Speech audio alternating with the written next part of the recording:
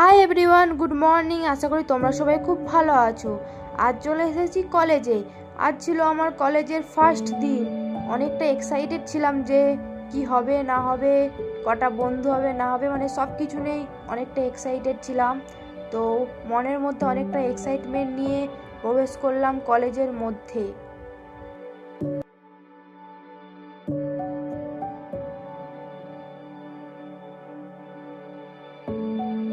আজ আমাদের প্রথম দিন, কলেজ উপলক্ষে ছিল একটা ছোট্ট অনুষ্ঠান, তাই সে অনুষ্ঠানটা অ্যাটেন্ড করছিলাম। আর আমার কিছু বন্ধুও হয়ে গিয়েছিল, তাই অনেকটা পরিমাণ আমি খুশিও ছিলাম। তারপর আমাদের পেন আর গোলাপ ফুল দেয়া হচ্ছিল। আমার সখী আমার জন্য অপেক্ষা করছিল, কারণ আজ আমরা একসাথে লাঞ্চ করব ঠিক করেছিলাম।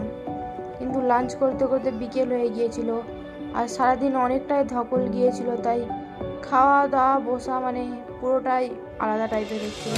ভাবলাম চলো একটু চা খেয়ে আসি, কারণ চা খেলে মনটা অনেকটাই ভালো হয়ে যায়।